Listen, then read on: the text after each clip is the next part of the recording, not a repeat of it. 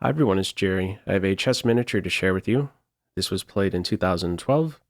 On the white end, Dmitry Andreikin, playing in Sanan Sjugirov. Okay, the opening we have here, Caro Kann defense, only a 23 mover. Karpov Variation.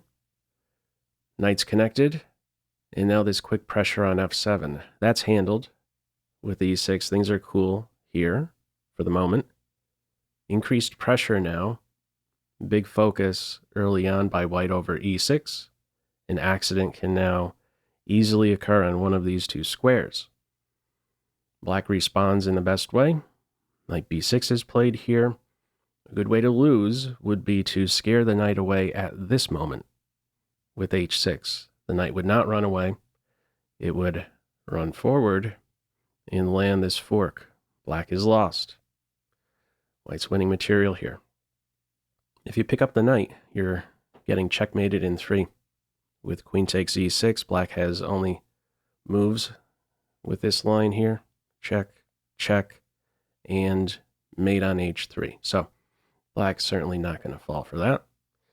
h6 too soon. First knight b6, some security over e6, and only after this is secure is the knight kicked back. Okay. Black has weathered that early pressure and now gets on with play in the center, challenging white's pawn.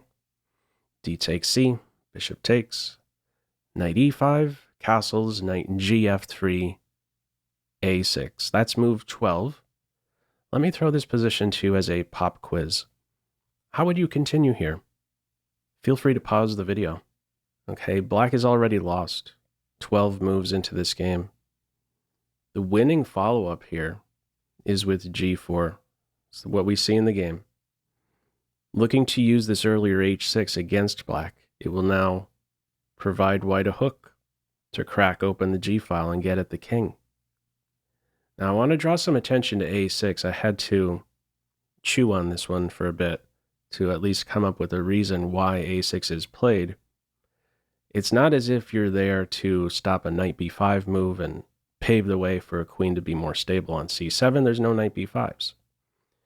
I believe a6 is played here to eventually play b5, which raises a question, why not maybe first move the knight and only then play a6 and b5? I believe black wants to stay flexible for one more move with this knight.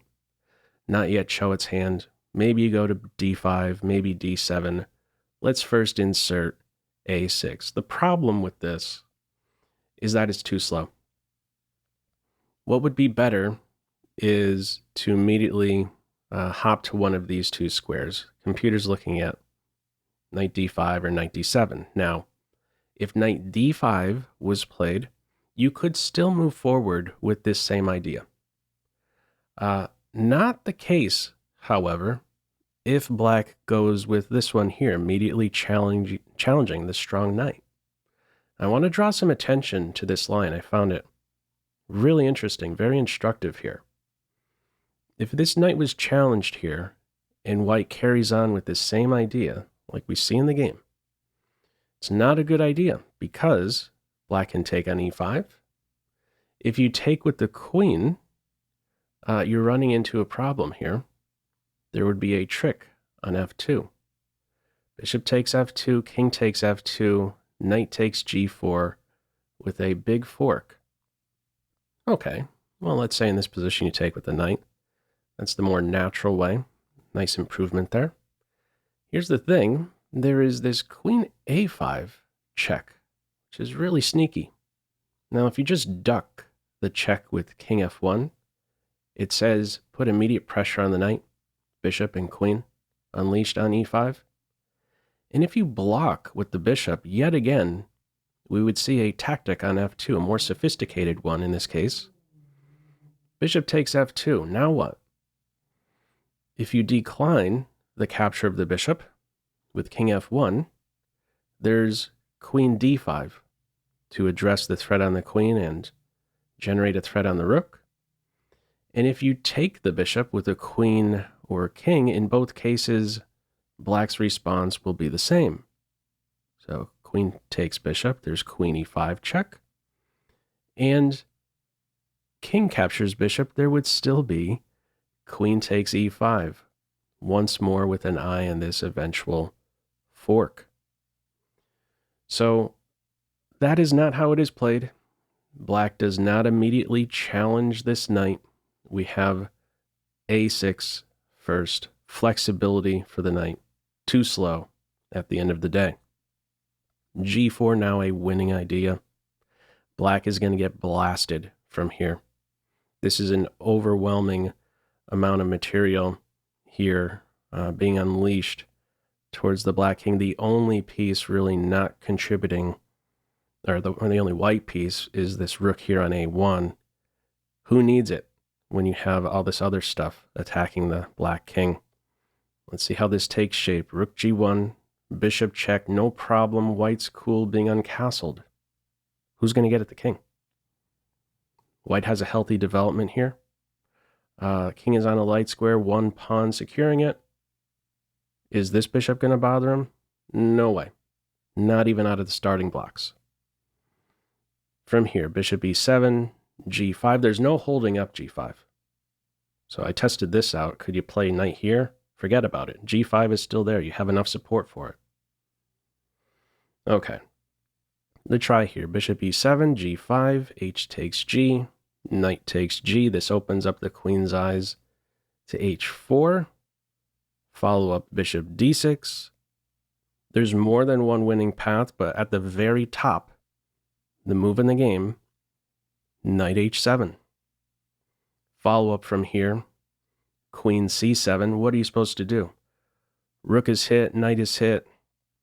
With this last move, the g pawn is pinned, paves the way for bishop h6. If the knight is captured, this is going to be a disaster for black. That was the #1 defender. It's now no longer there. There could follow bishop captures knight here. Check. Check. We're pretty much checking our way to checkmate here. Bishop h6 check. Careful where you go. King f6, queen g5 mate. King g8, queen g4, eventually mate on g7. Here's the thing, it's going to be mate on g7 if you go to either h-file square. The same three moves in both cases here for white. And in all cases, black has only moves. Bishop captures rook discovered check would be there. Queen captures f7 check is there. And at this stage, you actually have your pick. You want to mate with the queen or let the knight have some fun in the end. Okay. Black does not swipe the knight here once it arrives on h7. It is queen c7. One other note, if after knight h7, if this knight is picked up, this is no problem. Queen captures bishop, knight takes knight, it's queen g7 for mate straight away. So how it is played here, queen c7, bishop h6, black tries to hang on to this g7 point, but there's no hanging on. This is just way too much material here. g7 broken right down, rook takes knight, king takes rook, queen g4 check, only two legal moves. King h6, queen g5, game over. King h8 played here. And after knight f6, move 23, black resigns. Both of these knights can be captured, but it doesn't matter. It'll be leading to checkmate. So let's just test these out real quick. If bishop captures knight here, here's how the game could finish. Traveling on these dark squares, h4, g5, and there we go. Mate on h6. And if the other knight was captured at this stage here, queen h4 check, can't block, mate straight away. King g7, queen g5 check. You take some time out to collect the knight, and then return, eventually giving mate yet again on h6. So a quick kill here.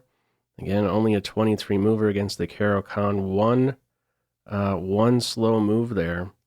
A6, I believe at least, retaining flexibility with that b6 knight for one move, ended up costing black g4 a winning idea. Anyhow, your thoughts with this one? Feel free as usual to leave any feedback to this video in the comment section below. I hope you enjoyed it and maybe took a thing or two away. That's all for now. Take care. Bye.